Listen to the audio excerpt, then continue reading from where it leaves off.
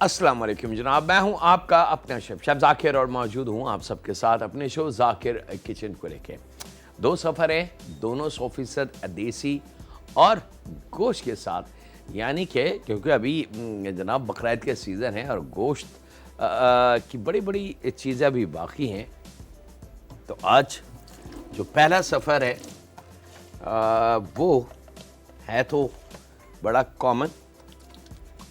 जी हाँ, कढ़ाई की अगर मैं बात करूं, लेकिन कढ़ाई भी थोड़ी सी मुख्तलिफ। कढ़ाइयाँ बहुत सारी चेंज हो चुकी हैं।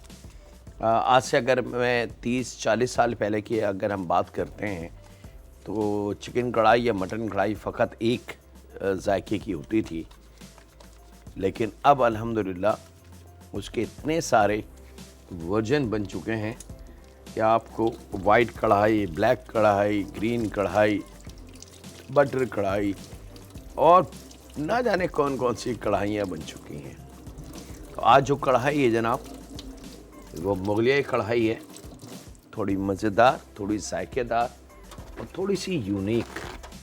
ख़ास तौर पे जब कोई ख़ास दावत हो घर में तो ख़ास लोगों के लिए ख़ास खाना। चलें जनाब, बिस्मिल्लाहिर्रहमानिर्रहीम। प्याज 1 अदद दरमियानी, क्वार्टर कप ऑयल,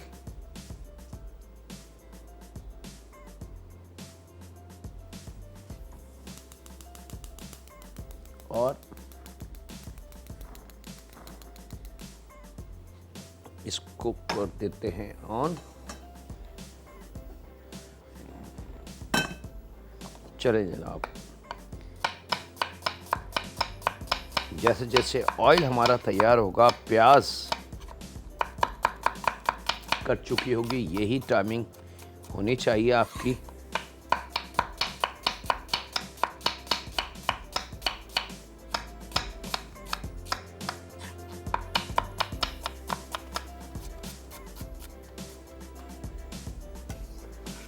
ये 1 अदद दरमियानी प्याज आ चुकी है कढ़ाई में। यहाँ ले लेंगे अदरक और लहसुन दरमियाने जब्बे 4 से 5। बिस्मिल्लाहिर्रहमानिर्रहीम के साथ हमने कुकिंग का आगाज़ कर दिया है।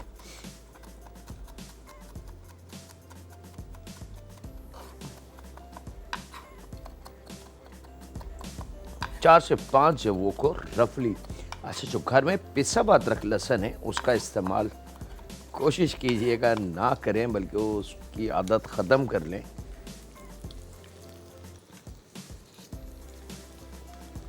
और तकरीबन 2 इंच का टुकड़ा अदरक का, इसको भी हमने बारीक चॉप कर लेना है।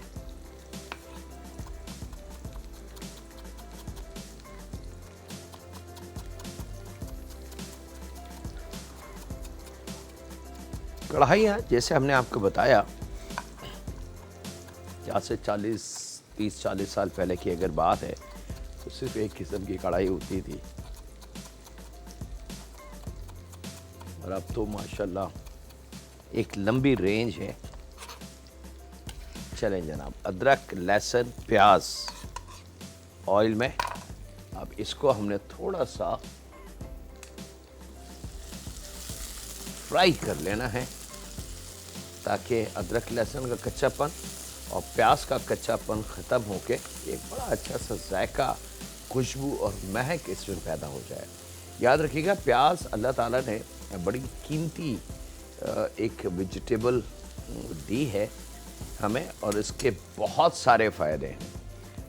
अगर प्याज के बारे में मैं बात करना शुरू करूं तो शायद हमारा शो ख़त्म हो जाए और इसकी प्याज की तारीफ़ ख़त्म ना हो। तो प्याज बहुत सारे अल्लाह अपनी हिफ्ज़-ओ-मान में रखे हम सबको, बहुत सारे मर्ज़ में भी इस्तेमाल होती है, बहुत सारी डिज़ीज़ में भी प्याज का इस्तेमाल किया जाता है। और प्याज एक वाहिद वेजिटेबल ऐसी है कि अगर इसको हम अपने देसी खानों में से हटा दें तो फिर खाने का जायका पकड़ना थोड़ा सा मुश्किल काम होता है। चंद एक खाने ऐसे हैं जो बगैर प्याज के तैयार किए जाते हैं, लेकिन मोस्टली खानों में प्याज का अमल दखल है। और किस किस्म से, किस स्टाइल से, किस तरीके से प्याज का शामिल करना है, ये ज़रा कीमती है। कहीं लाल, कहीं ब्राउन, कहीं अधकच्ची, कहीं कच्ची, कहीं नरम प्याज, कहीं घुली हुई प्याज। हम सब, आप सब पाकिस्तान में नहारी बड़े शौक़ से खाते हैं और शायद ही कोई फैमिली ऐसी हो जिसको नहारी पसंद ना हो। अगर नहारी की मेन कोर मालूम करें हम, हर खाने की एक मेन कोर चीज़ होती है, यानी कि मेन आइटम जिसको कहा जाता है कि जनाब ये की है इस खाने की। तो नहारी की जो की है यानी कि मेन कोर जिसको कहते हैं, not a main course, main core यानी कि मेन अज्जा, वो प्याज है। अगर कोई शख्स ये कह दे आपको कि जी मैं नहारी बना दूंगा बगैर प्याज के, तो आप समझ लें कि वो कुछ तजुर्बा करना चाहता है और वो भी आप पे।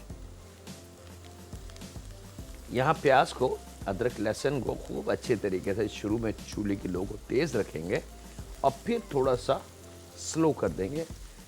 आराम से इसको पकाना है। यहाँ पे मेरे पास बकरे का गोश्त है जनाब, विद बोन।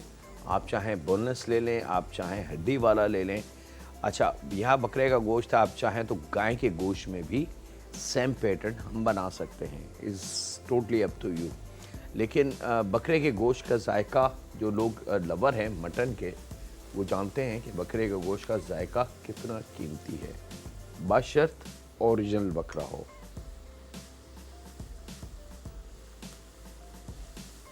अब आप देख सकते हैं कि प्याज पे कच्चापन प्याज का ख़त्म हो चुका है और प्याज पे सुरखाई यानी कि लालपन आना शुरू हो चुका है। और कंटिन्यू अगर 3-4 मिनट हम और इसको फ्राई करें तो इसके ऊपर रेड, फिर डार्क और फिर ब्राउन और फिर ब्लैकिश कलर आना शुरू हो जाएगा। प्याज को बड़ी एहतियात से फ्राई किया जाता है। वैसे तो बहुत छोटी सी सब्ज़ी है ये, लेकिन बास वक्त आपके पूरे खाने का दारोमदार इसी प्याज पे होता है। ये लीजिए जनाब, जब प्याज लाल हो जाए, अब आप देख सकते हैं मैं आपको दिखा रहा हूँ ताकि आपको आसानी हो जाए समझने में कि लाल प्याज हम किसको कहते हैं। ये आपकी स्क्रीन पे मौजूद है जनाब, लाल प्याज। जब ये लाल हो जाए तो इसके अंदर हमने गोश्त शामिल कर देना है और गोश्त शामिल करके अब इसकी भुनाई और गोश्त को इतना फ्राई करेंगे कि गोश्त का अपना जो पानी है, खून वाला, ब्लड वाला, वो ख़त्म हो जाए और प्याज में जो थोड़ी बहुत कसर और है वो भी ख़त्म हो जाए। और यहाँ मैं इसको भून रहा हूँ, आपसे ज़्यादा चाहता हूँ ब्रेक की। मिलते हैं लम्हों के ब्रेक के बाद।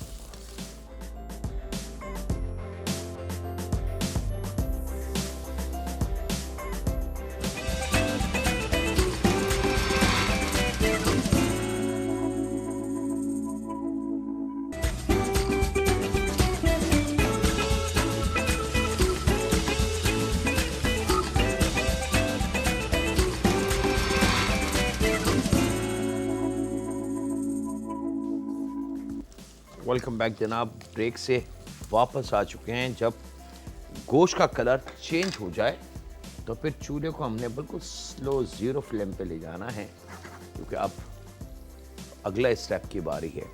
अच्छा, अगले स्टेप के अंदर मेरे पास 1 चाय की चमची पिसा धनिया पाउडर है, वाइट पेपर है, दखनी मिर्च जिसको कहते हैं। आप क्वार्टर चाय की चमची से आधी चाय की चमची तक का इस्तेमाल कर सकते हैं। हल्दी आधी चाय की चमची, पिसी लाल मिर्च 1 चाय की चमची भर के। लेकिन अगर बहुत तेज़ आपको पसंद है तो फिर आप 1 टेबल स्पून तक इस्तेमाल कर सकते हैं। गरम मसाला आधी चाय की चमची, जायके के हिसाब से नमक,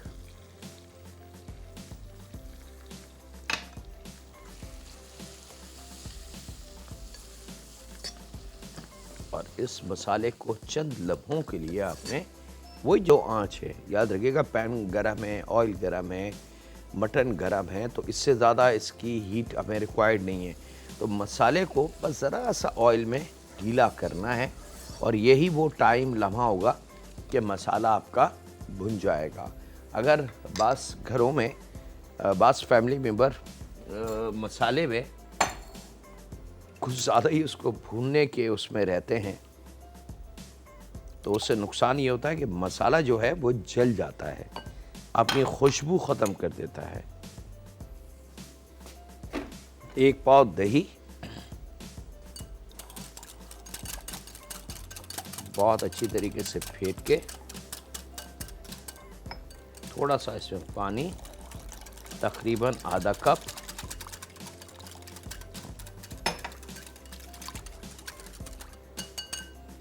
और ये इस मसाले में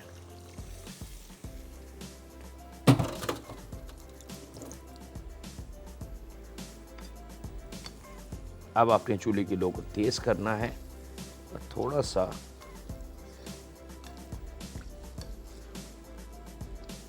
बस मसाला भूनते वक्त इतना ख्याल रखें कि मसाला जल ना जाए। एक कॉलर है हमारे, उनसे बात करते हैं। अस्सलाम वालेकुम। अस्सलाम वालेकुम जी। वालेकुम सलाम।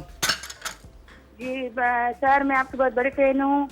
आप अपने अपने अब्बू की जगह समझती हूँ और मुझे आपसे एक बात पूछनी थी। आपने एक दफ़ा मिली मील बनाया था बच्चों के लिए सूजी और दूध से। जी जी, उसकी मुझे क्वांटिटी बस बता दें। आपने सारी उसकी तारीफें बताई थी बच्चों की एनर्जी से हवाले से और बूढ़ों की एनर्जी से हवाले से। वो पका पका के आपने रखा था, फिर आपने कहा था कि उसके ऊपर दाल वगैरह भी डाल के दे दे। तो मुझे क्वांटिटी नहीं मुझे मालूम उसकी, सूजी कितनी डालूं, दूध कितना डालूं, और कुछ तो नहीं था ना उसमें। ठीक है, ½ लीटर दूध होगा, आधा पाव सूजी होगी। ठीक है, आधा पाव सूजी, ½ लीटर दूध, और उसमें उसको पकाएं, लेकिन स्लो आंच रखिएगा। और एक टाइम आएगा कि सूजी फूलेगी, फिर दूध ख़त्म हो जाएगा, फिर उसकी मज़ीद भुनाई, फिर थोड़ा थोड़ा उसमें पानी का छींटा भी लगता रहेगा क्योंकि वो जमना शुरू हो जाएगी। सूजी जैसे जैसे पकती है गाढ़ी होकर रुकना शुरू रहती है, तो थोड़ा थोड़ा सा पानी का छींटा और उसकी भुनाई सूजी की। ½ लीटर दूध, आधा पाव सूजी, भाई ये रेशियो आप बढ़ाते चले जाएं। बहुत शुक्रिया जी। और इसमें कोई शक नहीं है कि मिली मिल जो है बहुत कीमती है, ख़ास तौर पे ज़ईफ़ वालदेन हों, सास ससुर हों, छोटे बच्चे हों, कमज़ोर, जिसको ख़ास तौर पे ऐसे भी बच्चे होते हैं कि जो एनर्जी उनमें बड़ी कम होती है और वालदेन इस परेशानी में रहते हैं कि हमारा बच्चा इतना कमज़ोर क्यों है। तो उनके लिए अल्लाह ताला ने सूजी में बड़ी ताकत रखी है।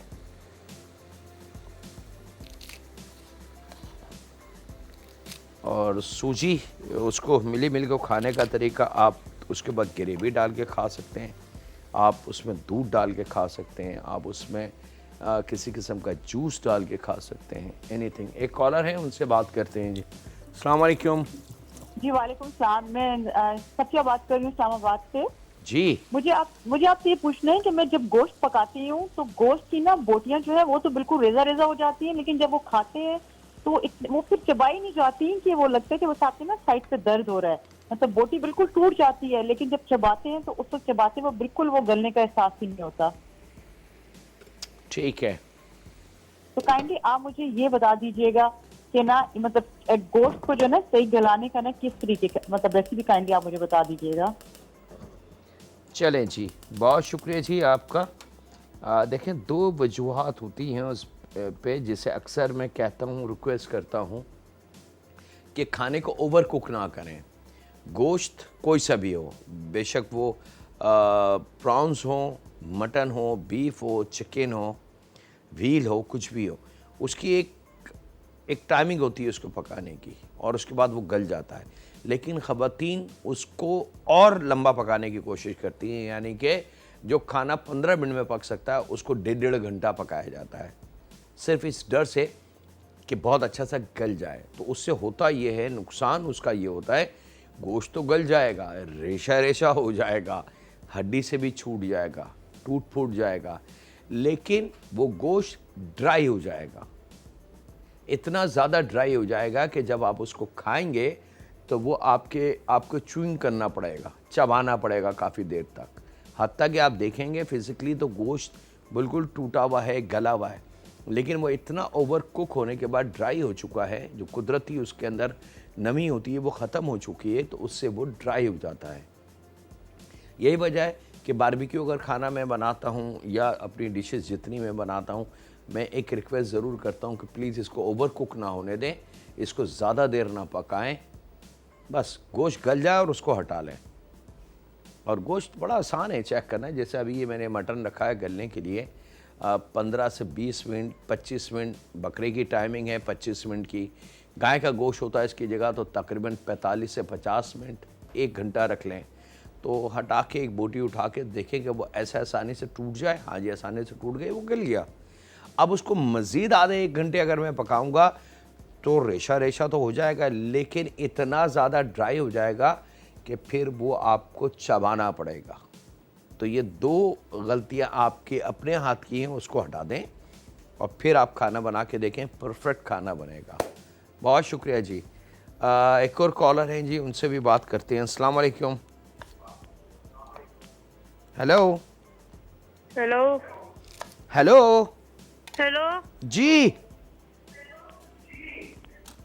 कैसे? जाकिर बात कर रहा हूँ, बात कीजिए।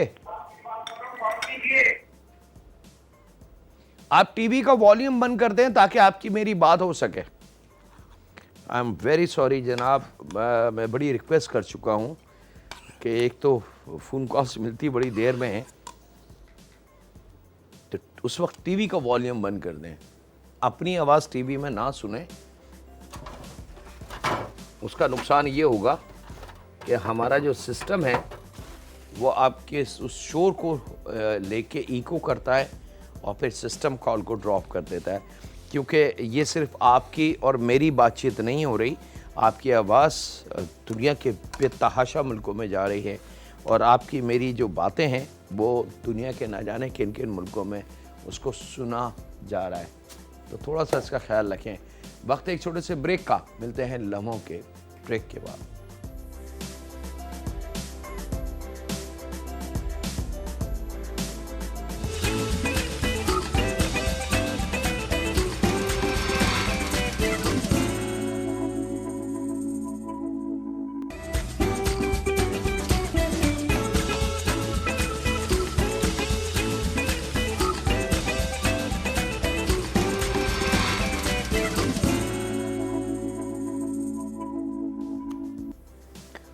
वेलकम बैक जनाब। ब्रेक से वापस आ चुके हैं। अंडरकट का इस्तेमाल मैं करूंगा जनाब।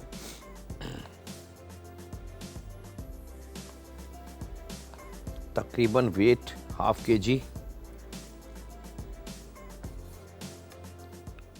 और अंडरकट के बारे की डिटेलें, अंडरकट होता क्या है ये हम काफ़ी दफ़ा आपको बता चुके हैं। बस ये जो पट्टा है ये ज़रूर हटा लिया करें। इसमें से एक कॉलर है जनाब, उनसे बात करते हैं। अस्सलाम वालेकुम।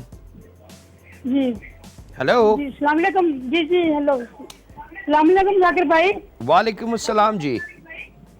आप ठीक हो? मैं ईद की ठीक। मुबारक हो आपको। बहुत बहुत शुक्रिया।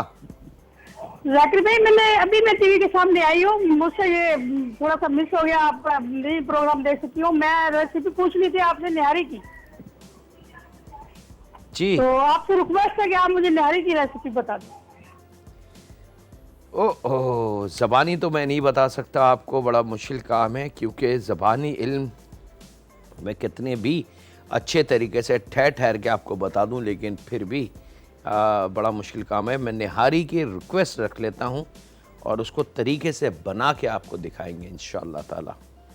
और बहुत शुक्रिया जी आपकी फ़ोन कॉल्स का।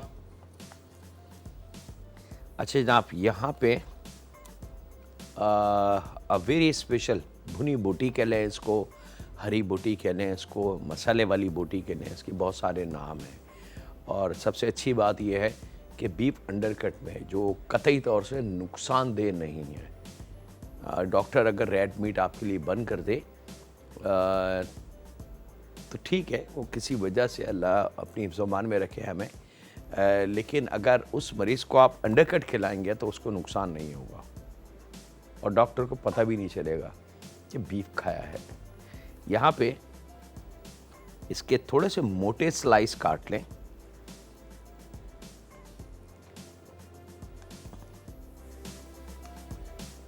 और अंडरकट के बारे में जितनी ब्रीफिंग हो सकती थी हमने दी आपको कि कितना नरम गोश्त होता है, क्या इसका काम है, इसमें अल्लाह ताला ने ताकत कितनी रखी है और क्यों ये एक इतने बड़े जानवर में सिर्फ 6-8 किलो के बराबर गोश्त होता है।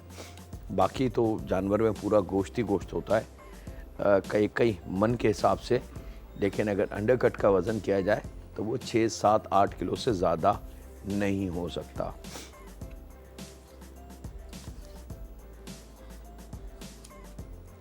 ये लीजिए जनाब, ये रेडी। यहाँ पे इसकी कुकिंग,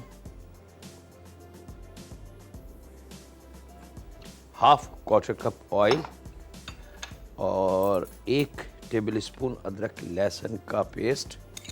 आप चॉप या पिसा हुआ दोनों शामिल कर सकते हैं।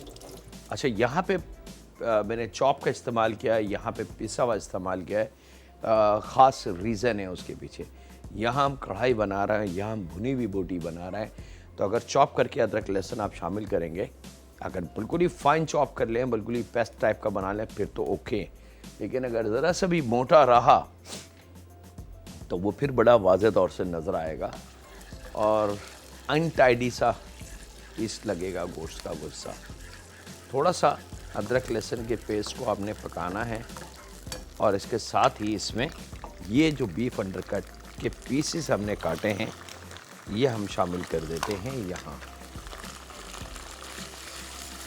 और इसको खूब अच्छी तरीके से हमने भुनाई करनी है।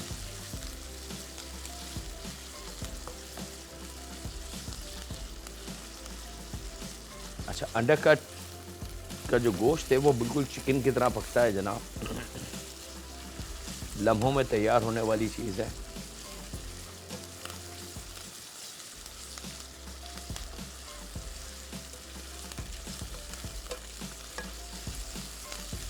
खूब अच्छे से इसकी भुनाई करने,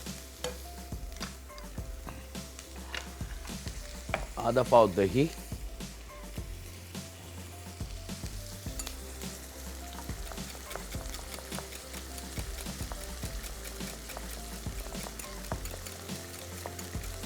अच्छा डब्बे वाला जो दही है वो as a raita, as a salad तो हम खा सकते हैं, लेकिन उसका खाने में इस्तेमाल ना करें।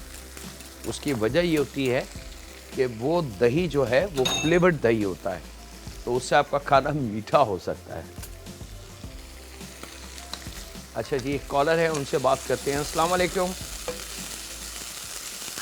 हेलो। अस्सलाम वालेकुम। वालेकुम अस्सलाम। मैं मिसेस अरशद बात कर रही हूँ लाहौर से। जी, क्या हाल है? ठीक ठाक अल्हम्दुलिल्लाह, आप सुनाएं। मैं अल्लाह का शुक्र। अच्छा जाकिर साहब, मुझे आपसे एक सवाल पूछना था। थोड़ा सा जोर से बोलें ताकि आपकी आवाज क्लियर आए। सवाल क्या पूछना मुझे है? आपसे एक सवाल पूछना था। जी। मैं जब भी बिरयानी बनाती हूँ ना, मुझसे चावल बैठ जाते हैं। ठीक है, तो बस आप इसके बारे में बता दें कि कोई ऐसी टिप, कोई ऐसा तरीका हो जिससे चावल बैठे ना। चलें जी, इंशाल्लाह मैं अभी बता देता हूँ।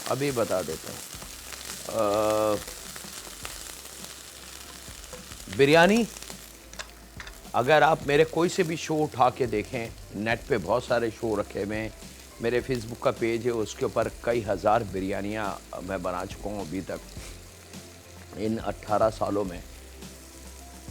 तो आप देखेंगे कि मैं राइस को, जब बिरयानी के लिए कौरमा मेरा तैयार हो जाता है तो राइस को मैं 3 हिस्सों में इस्तेमाल करता हूँ। पहले अधकच्चा, फिर 4 कनी, फिर 3 कनी या 2 कनी, यानी कि सबसे नीचे कच्चा राइस, फिर थोड़ा सा पका हुआ राइस और फिर थोड़ा सा पका हुआ राइस। तो नीचे ग्रेवी से जो सबसे पहले हीट लगती है वो कच्चा पकता है, उसके बाद ऊपर वाला पकता है, उसके बाद तीसरा टाइप पकता है। ये तरतीब आप रखेंगे, फिर आपका राइस कभी भी ख़राब नहीं होगा। थोड़ा सा मेहनत होगी। मेरे शो देखें, बिरयानी की बहुत सारी बिरयानियाँ मौजूद हैं, आपको समझ में आ जाएगा। यह वक्त ब्रेक का जनाब, मिलते हैं लम्हों के ब्रेक के बाद।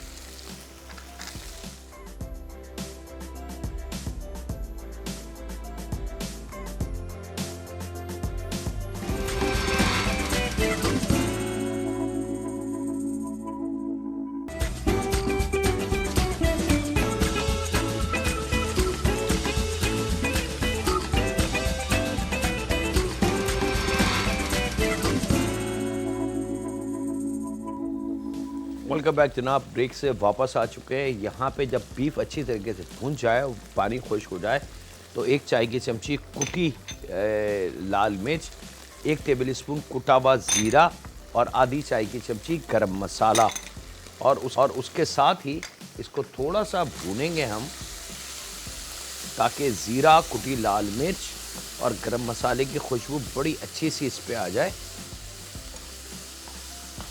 और साथ में इसके जायके के हिसाब से नमक, और नमक के साथ ही इसमें हम शामिल कर देंगे आधा पाव जो दही था।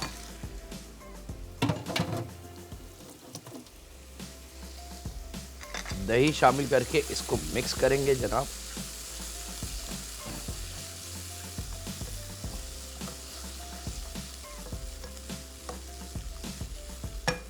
अच्छा, तकरीबन 20 से 25 मिनट बाद, ठीक है, जब गोश्त गल जाए या गलने के करीब हो, याद रखिएगा गोश्त गल जाए या गलने के करीब हो, तो ये जो तीन या 4, अगर छोटे हैं तो 4, अगर दरमियाने साइज़ के बड़े टमाटर हैं तो 3, बगैर छिलके के छोटे हमने काट के रखे थे।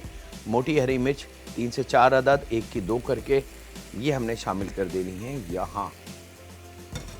और ज़रा सा इसको हमने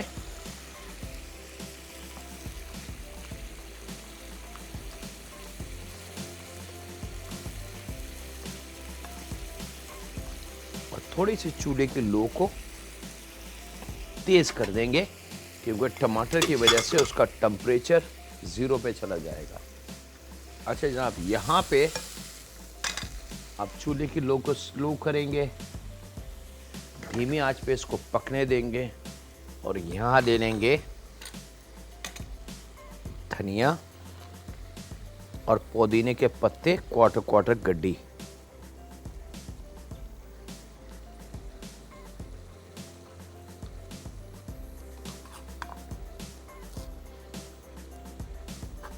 और इसको आपने सिंगल कटिंग करनी है, बारीक काट लेंगे।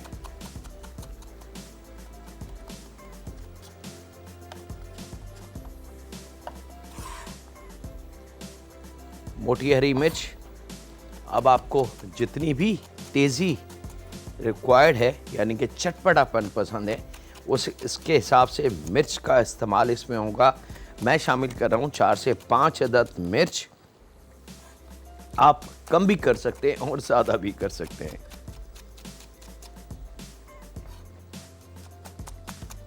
और मिर्च को बारीक काटने के बाद रफली सा मिर्च की जो अपनी लुक है उसको हम ख़त्म करने के लिए ज़रा सा उसको छोटा कर देंगे, यानी कि चॉप कर देंगे। लेकिन खुदारा चॉपर मशीन में या जूसर ब्लेंडर में मत पीसिएगा मिर्च को, टाइम बचाने के लिए। बाज़ ख़वातीन शॉर्टकट के चक्कर में कुछ ज़्यादा शॉर्टकट कर जाती हैं और फिर उसका रिज़ल्ट खाने का वो लुक जो है वो खाने की नहीं मिलती, और फिर आपको थोड़ा सा गुस्सा आता है। सब कुछ तो सही था, लुक वहाँ बड़ी अच्छी थी, मेरे घर में लुक क्यों इतनी अच्छी नहीं आई? तो उसकी मेन वजह है कि आपने अपने टाइम को बचाने के लिए थोड़ा सा चॉपर मशीन का इस्तेमाल किया शॉर्टकट का, तो उससे थोड़ा सा मामला ख़राब हो गया। यहाँ पे वक्त है ब्रेक का, मिलते हैं लम्हों के ब्रेक के बाद।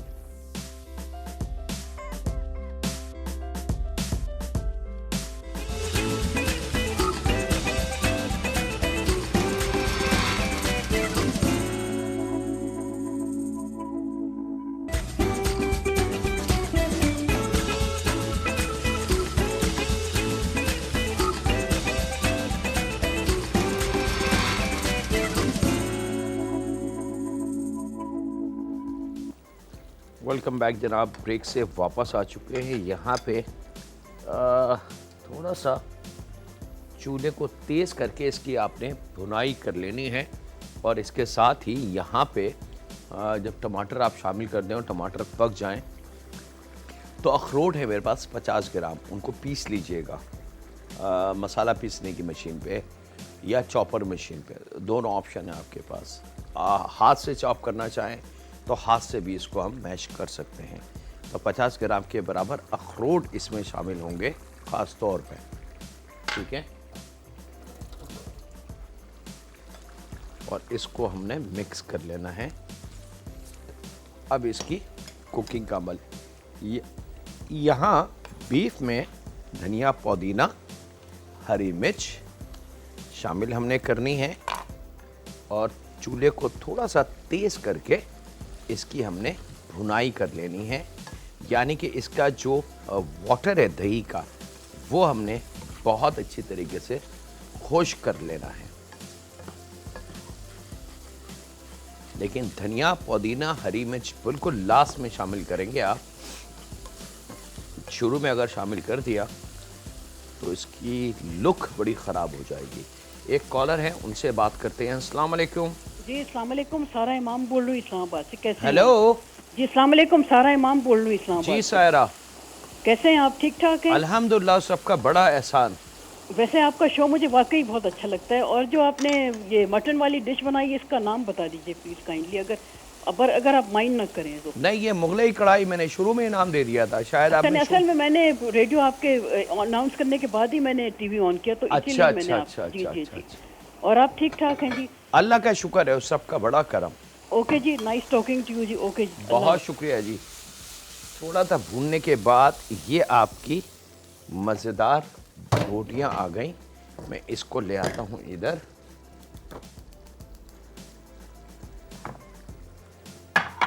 ड्राई होनी चाहिए ये, ग्रेवी पानी की तरह पतली या कोई सॉस या कोई इस किस्म की चीज़ नहीं हो।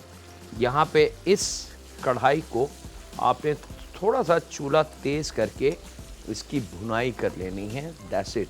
और जैसे जैसे आपको ऑयल जो हमने शुरू में शामिल किया था क्वार्टर कप के बराबर, वो ऑयल आपको नज़र आने लगेगा। जब ऑयल नज़र आने लगे तो वो साइने के हाँ जी परफेक्ट तैयार है। थोड़ी सी ग्रेवी रहेगी इसके अंदर, एज जो हमारी कढ़ाई होती है आज से 40-50 साल पहले वाली, जो बिल्कुल ही खुश्क मसाले की होती है, उससे कतई मुख्तलिफ है। नान, कुलचा, तिल वाला रोटी, चपाती, तंदूर की रोटी के साथ आप इसको सर्व कर सकते हैं। बस इसके ऑयल का इंतज़ार आपने करना है। एक कॉलर है, उनसे बात करते हैं। अस्सलाम वालेकुम।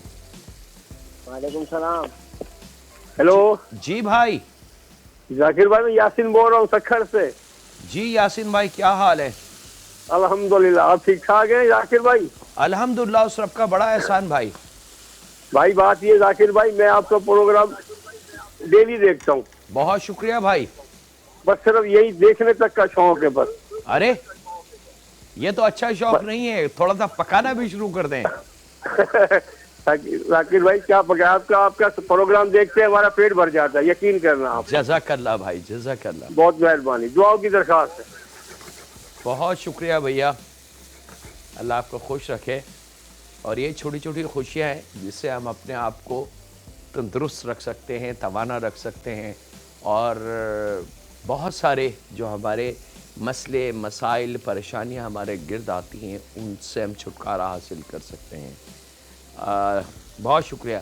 अब आप देख सकते हैं जनाब, कढ़ाई में आहिस्ता आहिस्ता जैसे मैंने चूल्हे को तेज़ किया, आपको वाज़े तौर से ऑयल के स्पॉट नज़र आना शुरू हो जाएंगे। बस वो जो ऑयल हमने शुरू में शामिल किया था क्वार्टर कप के बराबर, वो जैसी ऑयल हमें नज़र आने लगे, हमारी कढ़ाई आलमोस्ट तैयारी की करीब करीब आ चुकी है।